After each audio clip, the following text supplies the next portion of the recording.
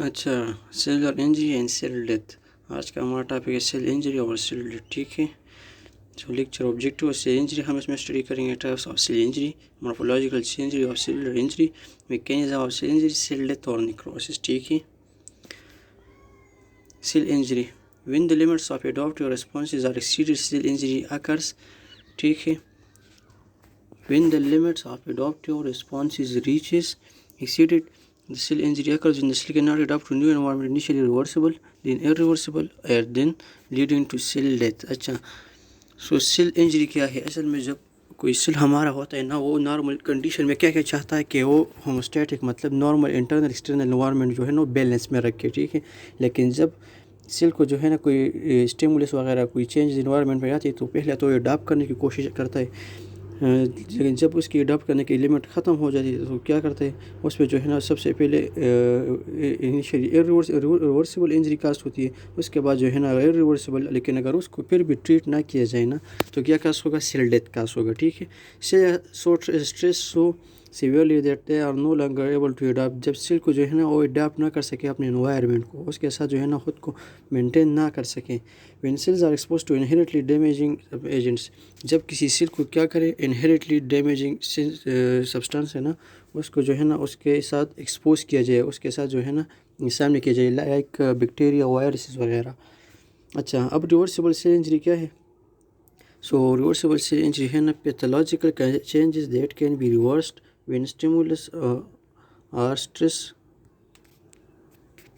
Is removed और mild injury. Reversible cell injury क्या है कि जब स्टिमुलस जिसकी वजह से इंजरी हुई और उसको रिमूव किया जाए और सेल वापस अपनी कंडीशन में आ जाए तो इसको हम कहते हैं रिवर्सिबल सेल इंजरी। ठीक है, इरिवर्सिबल सेल इंजरी क्या है? Pathological changes that are permanent and cause cell death, वो चेंजेस या वो इंजरी की जिसकी वजह से क्या होगा सेल डेथ काज होता है, उसको हम कहते हैं इरिवर्सिबल सेल इंजरी। अच्छा, ये अब डायग्राम है, इसको देख ले। सबसे पहले तो ये है नॉर्मल सेल हेमोस्टैटिक कंडीशन में है। ठीक है, इंटरनल एक्सटर्नल एनवायरनमेंट सेम है। इसके बाद अब एक इंजूरियस एजेंट आ गया जो क्या काज करेगा? सेल इंजरी काज करेगा, सेल को जो है ना इंजर करेगा। अच्छा, अगर ये सेल इंजरी जो है ना ये सेल जो है ना एडाप्ट कर ले और ये जो है माइल्ड हो तो ये क्या करेगा? रिवर्सिबल का इंजरी काज करेगा और ये फिर क्या करेगा? नॉर्मल सेल की तरफ वापस आ सकता है। लेकिन अगर कोई सेल की ये इंजरी जो है ना सीवियर और प्रोग्रेसिव हो मतलब ज़्यादा हो और बढ़ने वाली हो, कम ना हो, तो इस क्या करेगा? इरिवर्सिबल इंजरी काज करेगा। इरिवर्सिबल इंजरी काज करने के बाद ये क्या करेगा? सेल डेथ काज करेगा। सेल डेथ के 2 टाइप्स है, एक नेक्रोसिस है, एक एपोप्टोसिस है। ठीक है, अच्छा, अगर दूसरी कंडीशन ये कि इंजूरियस एजेंट नहीं तो स्ट्रेस आ गया सेल में तो ये क्या करेगा? सेल ये खुद को एडॉप्ट करेगा, लेकिन अगर एडॉप्टेशन की लिमिट भी क्रॉस हो गई तो सेल क्या हो जाएगा? इंजरी की तरफ क्रॉस हो जाएगा और इंजरी पर वही प्रोसेस स्टार्ट होगा। ठीक है, ये डायग्राम है सिंपल, बहुत इंपॉर्टेंट है। अच्छा, एग्जांपल क्या है? Low dose of toxic briefly duration of ischaemia, reversible injury. अच्छा, अगर लो डोज ऑफ टॉक्सिक हमने ले लिया तो ये क्या करेगा? ब्रीफली ड्यूरेशन ऑफ इस्चीमिया जो है ना कम टाइम के लिए काज करेगा और ये क्या होगा? रिवर्सिबल इंजरी, ये अपने वापस अपने कंडीशन पे आ सकता है। लेकिन अगर लॉन्ग डोज ऑफ टॉक्सिक ले लिया तो ये क्या करेगा?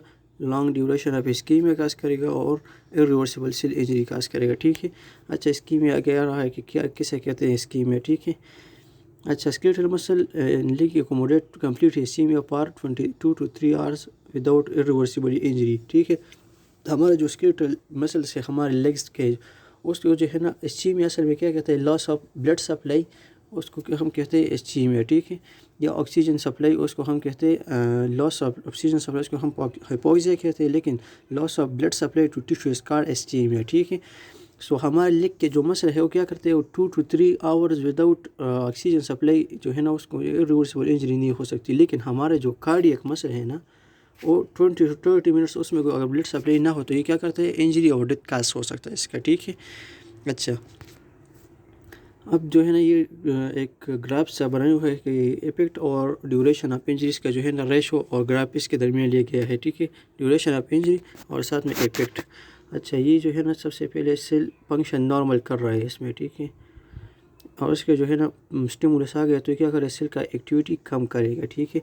सेल एक्टिविटी कम करेगा तो इससे क्या होगा, रिवर्सिबल इंजरी का होगी। रिवर्सिबल इंजरी जो है ना वो माइल्ड होगी, ठीक है। इसके बाद क्या होगा, सबसे पहले तो बायोकेमिकल अल्टरेशन होगा, उसके बाद जो है अल्ट्रा स्ट्रक्चरल चेंजेस, स्ट्रक्चर में चेंज होगा, इसके बाद माइक्रोस्कोपिक चेंजेस होगी, और इसके बाद जो ग्रास माइक्रोलॉजिस्कोपिक जो चेंजेस है वो कास्ट होगी, ठीक है। अच्छा, ये इरिवर्सिबल सेल इंजरी कास्ट करेगा उसके बाद, ठीक है। ये सब सिंपल डायग्राम है, ग्राफ है जो रिप्रेजेंट करता है सेल इंजरी, ठीक है। अच्छा, सेल इंजरी के कुछ काजेस है कि क्या क्या काजेस है सेल इंजरी के। तो सबसे पहले हाइपोक्सिया है, फिजिकल एजेंट्स है, कुछ केमिकल एजेंट्स हैं, माइक्रोबायोलॉजिकल एजेंट्स हैं, और immunological reaction, genetic effects and nutritional imbalance है। ये क्या है, सब काजेस ऑफ सेल इंजरी, ठीक है। अच्छा, हाइपोक्सिया क्या है, hypoxia loss of oxygen supply to tissue. अच्छा, हाइपोक्सिया जो है ना, सबसे पहले हाइपोक्सिया जो टर्म है वो किस लिए यूज़ करता है, जब ऑक्सीजन सप्लाई किसी टिश्यू को कम हो जाए, इसको हम कहते हैं हाइपोक्सिया, ठीक है। और इसी में क्या होता है, loss of oxygen supply to tissue, इसका ब्लड सप्लाई इस कॉल्ड इस चीज़ में, ठीक है। अच्छा, loss of blood supply due to artery occlusion विकास होता हो सकता है, पल्मोनरी डिजीज़ की वजह से भी जो है ना ऑक्सीजन सप्लाई कम हो सकता है, oxygen carrying capacity of blood जो है ना उसकी वजह से भी कम हो सकता है, और उसके बाद जो है ना डिक्रीज टिश्यू परफ्यूजन, और अगर hypotension, shock and cardiac failure, hypotension, shock और कार्डियक फेलियर की वजह से भी क्या कास हो सकता है, हाइपोक्सिया कास हो सकता है, टिश्यू को ऑक्सीजन नहीं मिल सकती, ठीक है। इन कंडीशन की वजह से हाइपोक्सिया आ सकता है।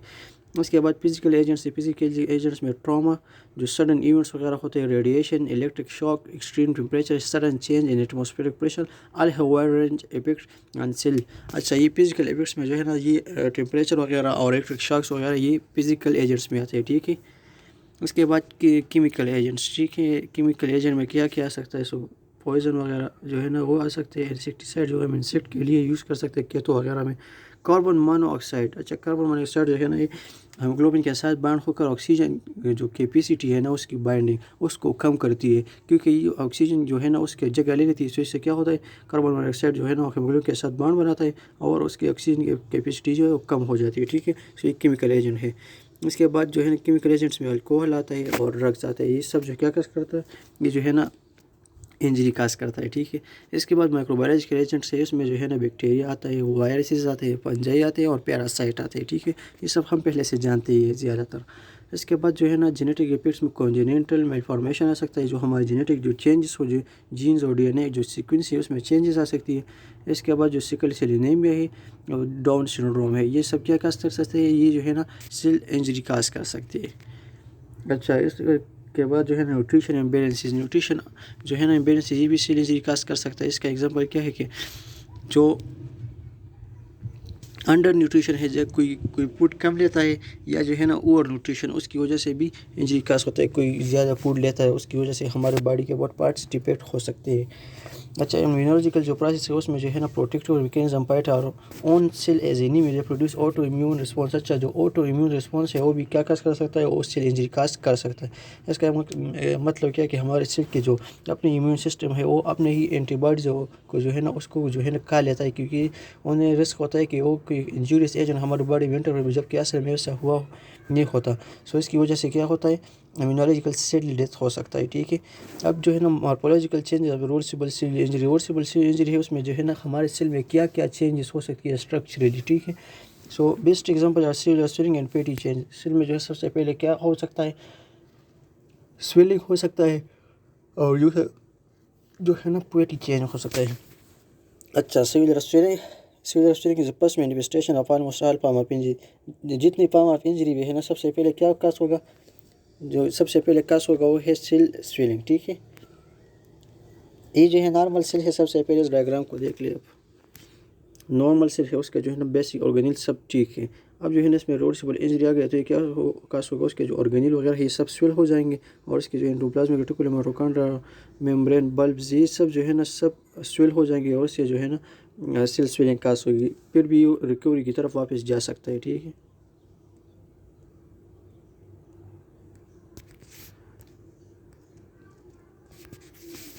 अच्छा, ये जो है ना एपोप्टोसिस और नेक्रोसिस को सिंपली बयान किए गए हैं, देख ले इसको, ये बहुत इंपॉर्टेंट टॉपिक है, ठीक है। अच्छा, सो नॉर्मल सेल है उसमें क्या काज हुआ, रिवर्सिबल सेल इंजरी काज हुआ। उससे क्या हो गया, सेल जो है ना स्वेल हो गया, उसके ऑर्गेनिल वगैरह जो है ना उसमें चेंजेस आ गई।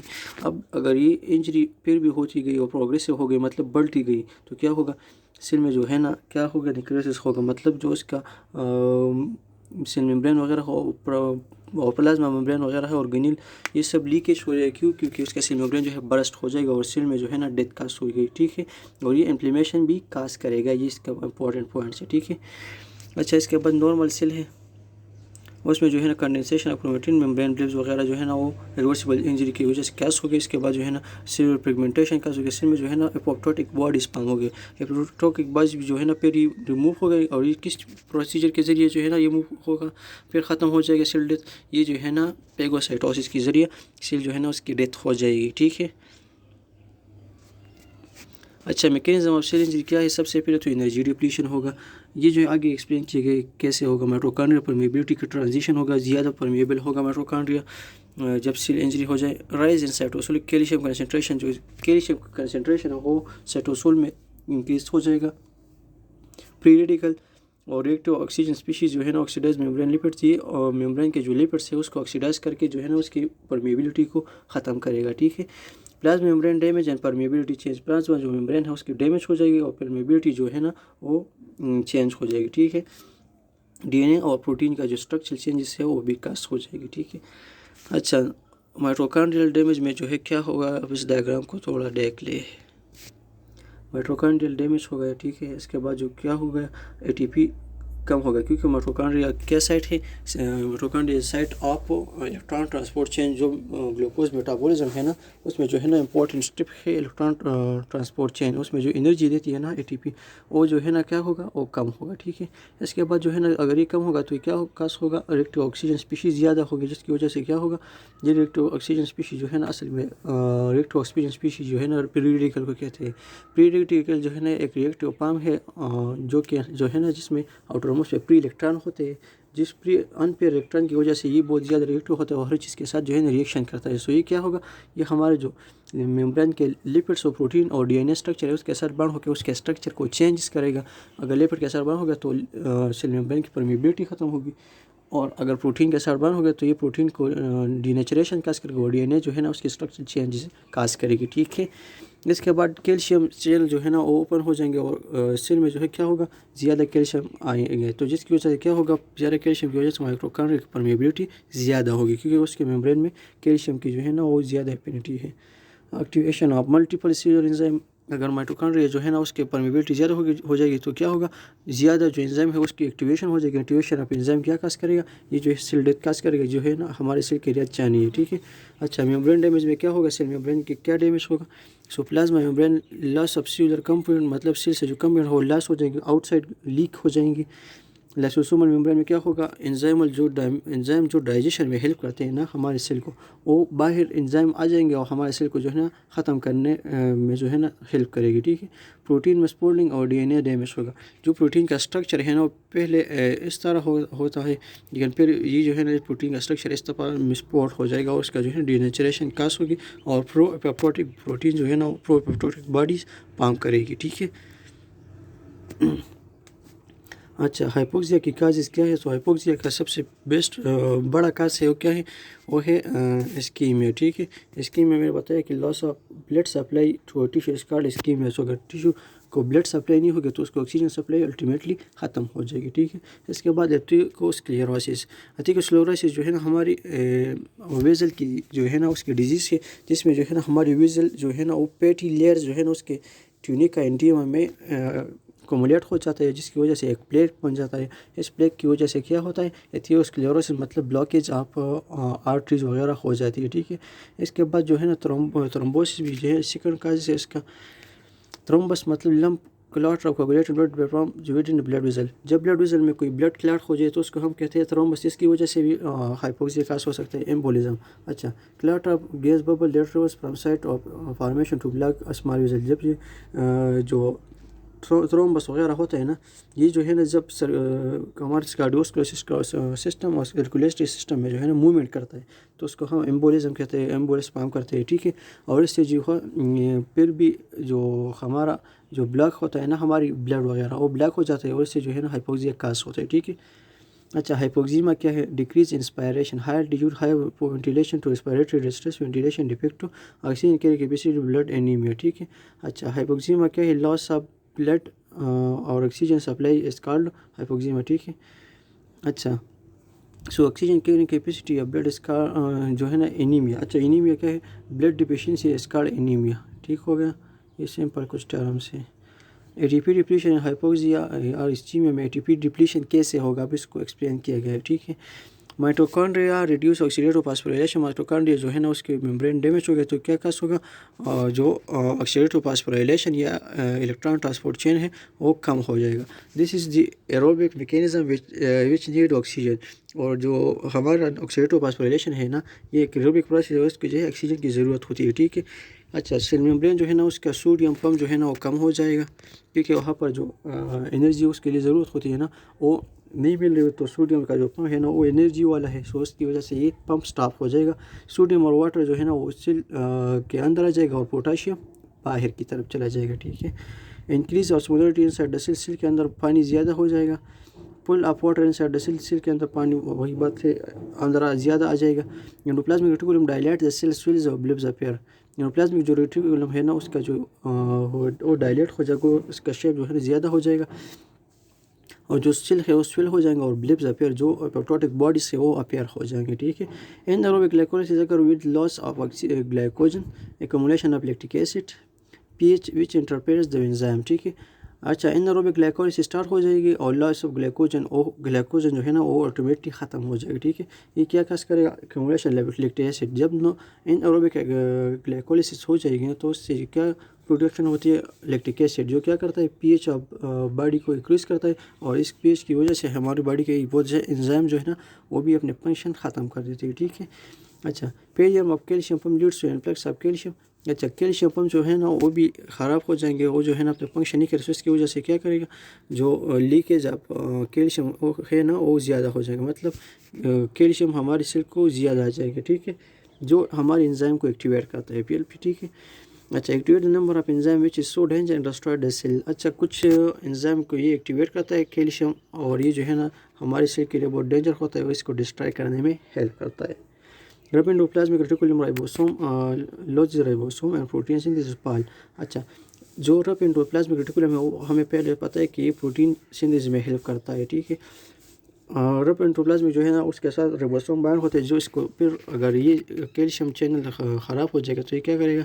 ये अपनी परमेबिलिटी जो है ना उसको ख़त्म करेगा और राइबोसोम को रिमूव करेगा, इससे प्रोटीन सिंथेसिस भी कम हो जाएगी, और स्ट्रक्चर प्रोटीन जो हमारे है ना और एंजाइम वगैरह उसकी प्रोडक्शन भी कम हो जाएगी, तो ये अल्टीमेटली सेल डेथ काज करने के लिए जो है ना एनवायरनमेंट प्रोड्यूस कर रहा है, ठीक है। अच्छा, ये जो है ना डायग्राम बने हैं सिंपल से, आप देख ले, इस्कीमिया है, इस्कीमिया दोनों कह सकते हैं हम। माइटोकॉन्ड्रिया है उसमें ऑक्सीडेटिव फास्फोराइलेशन जो है ना वो कम हो जाएगी, तो एटीपी कम हो जाएगी, एटीपी कम हो जाएगी तो सोडियम पंप भी कम हो जाएगी, क्योंकि उसको एनर्जी की ज़रूरत होती है। सोडियम पंप कम हो जाएगी तो कैल्शियम ज़्यादा हो जाएगा, कैल्शियम और वाटर जो है ना वो ज़्यादा हो जाएगा, और जो पोटाशियम है वो भी सेल के अंदर ज़्यादा आ जाएगा, ठीक है। सो ये है फिर, ठीक है। अच्छा, एंडोप्लाज्मिक रेटिकुलम स्विल हो जाएगा, सेल भी स्विल हो जाएगा, और माइक्रोविलाई बल्ब जो होंगे ना एपोप्टोटिक बॉडी वो पम्प हो जाएगी, ठीक है। एनारोबिक ग्लाइकोलाइसिस की वजह से ग्लाइकोजन कम हो जाएगा, क्योंकि ये जो है ना ग्लाइकोजन को यूज़ करता है, पीएच जो है ना वो इंक्रीज हो जाएगा, और क्लम्पिंग ऑफ न्यूक्लिक क्रोमेटिन वो स्टार्ट हो जाएगी, ठीक है। अदर इफेक्ट्स क्या है? और राइबोसोम जो है वो डिटेच हो जाएगा, और एंडोप्लाज्मिक रेटिकुलम से प्रोटीन सिंथेसिस कम हो जाएगा, और लिपिड डिपोजिशन ज़्यादा हो जाएगा। ये इफेक्ट्स है किस चीज़ के? इस्कीमिया के, ठीक है।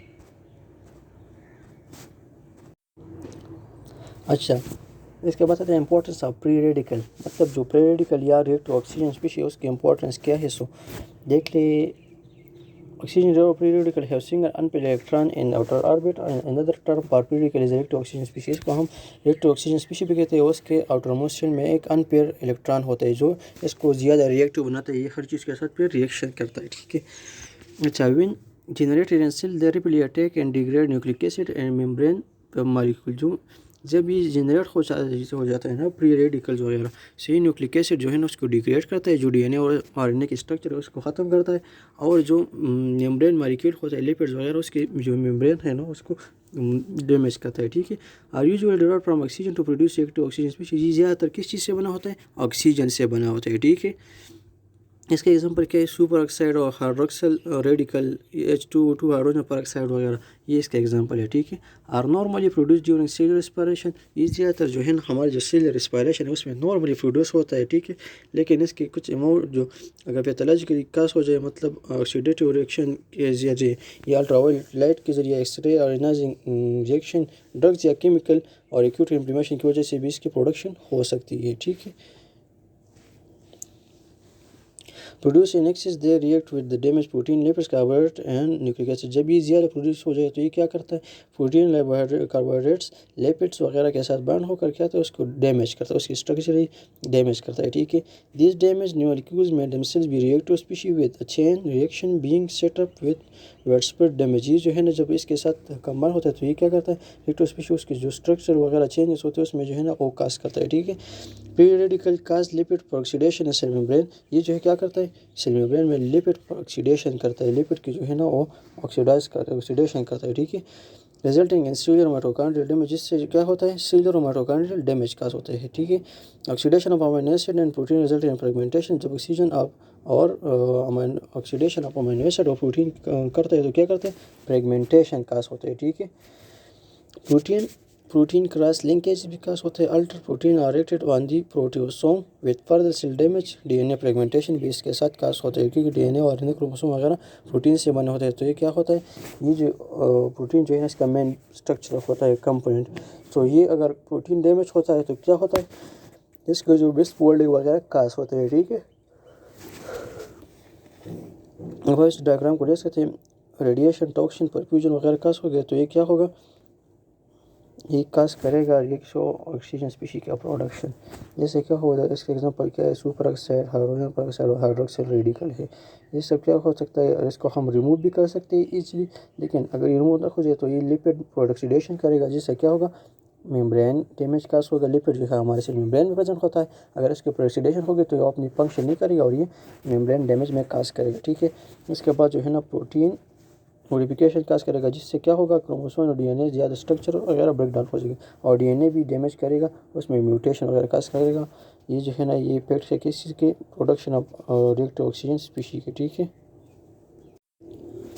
अच्छा, इसके बाद है activation of complement system. Complement system हमारे बॉडी के प्रोटीन का एक सिस्टम है जिसमें ओवरऑल 22 प्रोटीन्स वगैरह हेल्प करते हैं, और ये हमारी बॉडी में जो है ना इम्यून सिस्टम के एक पार्ट बनता है। ठीक है। Activation of complement system C5b, C6, C7, C8 and C9 enzymatic damage the cell membrane. ये जब इसको एक्टिवेट करता है तो ये क्या करता है? इसको एंजाइमेटिकली डैमेज करता है। ठीक है। सेल मेम्ब्रेन को लाइसिस बाय एंजाइम, जब ये एंजाइम प्रोड्यूस होता है तो क्या करता है? Enzyme lipase like activity damage the cell membrane. Clostridium perfringens bacteria damage the cell membrane. ठीक है। इसमें जो है ना क्लोस्ट्रीडियम परपेरिंजिन बैक्टीरिया का नाम है, जो क्या करता है? सेल मेम्ब्रेन का जो स्ट्रक्चर है उसको डैमेज करता है। ठीक है। अच्छा, आप इसको देख सकते हैं। ये जो है ना मेम्ब्रेन डैमेज कैसे होता है? So oxygen reactive oxygen species cause होता है पहले, और उसके बाद जो है ना कैल्शियम इन्फ्लेक्स हो जाता है, और उसके बाद जो है ना प्रोटीज एंजाइम वगैरह जो है ना ये आ जाता है। तो क्या होता है? इससे जो है हमारी सेल मेम्ब्रेन डैमेज होता है। ठीक है। अच्छा, प्रोटीन मिसफोल्डिंग और डीएनए डैमेज कैसे होता है? सो ये प्रोटीन का पहले स्ट्रक्चर ऐसा होता है, उसके बाद जो है ना जब ये मिसफोल्डिंग इसमें हो जाती है तो ये इस तरह बन जाता है। ठीक है। पहले इस तरह था, अब ये इस तरह बन गया। ठीक है। अच्छा, रिवर्सिबल इंजरी क्या है? रिवर्सिबल इंजरी जो है ना वो इंजरी है जो वापस अपनी कंडीशन पे आ सकती है। सेल वापस जो है ना स्ट्रेस रिमूव किया जाए तो सेल वापस अपने पोजीशन कंडीशन पे आ सकता है। ठीक है। Reduce oxygen tension inhibits ATP production and increase glycolysis and anaerobic respiration. हम पहले से पढ़ चुके हैं कि ऑक्सीजन टेंशन जो है ना वो क्या करेगा? ऑक्सीजन की कमी हो जाएगी तो क्या होगा? इलेक्ट्रॉन ट्रांसपोर्ट चेन कम हो जाएगा, और इससे जो क्या होगा? ग्लाइकोलाइसिस कम होगा और एनारोबिक रेस्पिरेशन ज़्यादा हो जाएगा। Increase glycolysis, decrease pH, denature protein, activate acid protease and phosphatase. ये एंजाइम को एक्टिवेट करेगा और ग्लाइकोलाइसिस को इंक्रीज करेगा। ठीक है। By increasing the pH, decreasing the pH. ठीक है। अच्छा, ATP depletion inhibits active transport of ion across membrane. ATP जब डिप्लीट हो गया तो क्या होगा? जो आयंस वगैरह है ना वो इसकी ट्रांसपोर्ट जो है इनहिबिट हो जाएगी, ट्रांसपोर्ट वगैरह, ठीक है। डिस्टर्बेड ऑस्मोसिस रिजल्टिंग स्वेलिंग, जब ऑस्मोसिस डिस्टर्ब हो जाए तो क्या काज करेगा, स्वेलिंग काज करेगा, ठीक है। अच्छा, swelling smooth is endoplasmic reticulum membranes, decrease protein synthesis, disperse cytoskeletal ultrastructure. ये स्वेलिंग क्या करेगा, ये जो एंडोप्लाज्मिक रेटिकुलम है ना उसका मेम्ब्रेन डैमेज काज करेगा, उसके जो प्रोटीन हैं उसको कम करेगा, और जो साइटोस्केलेटल स्ट्रक्चर है ना उसको ख़त्म करेगा, ठीक है। न्यूक्लियर रिमेम इंटेक्ट एंड सेल में रिस्टोर इंटीग्रिटी, इसका जो न्यूक्लियर है उसका स्ट्रक्चर जो है ना वो ठीक हो जाएगा, ठीक होगा, उसको जो है कोई चेंजेस नहीं होगी, और जो इंटीग्रिटी है वो सेल की जो लॉस हो जाएगी, ठीक है। Irreversible injury lead to necrosis, irreversible injury ज़्यादातर किस चीज़ को लीड करती है, नेक्रोसिस और एप्रोसिस, जो सेल डेथ की जो है ना 2 टाइप्स है, ठीक हो गया। It's all about cell injury, ठीक।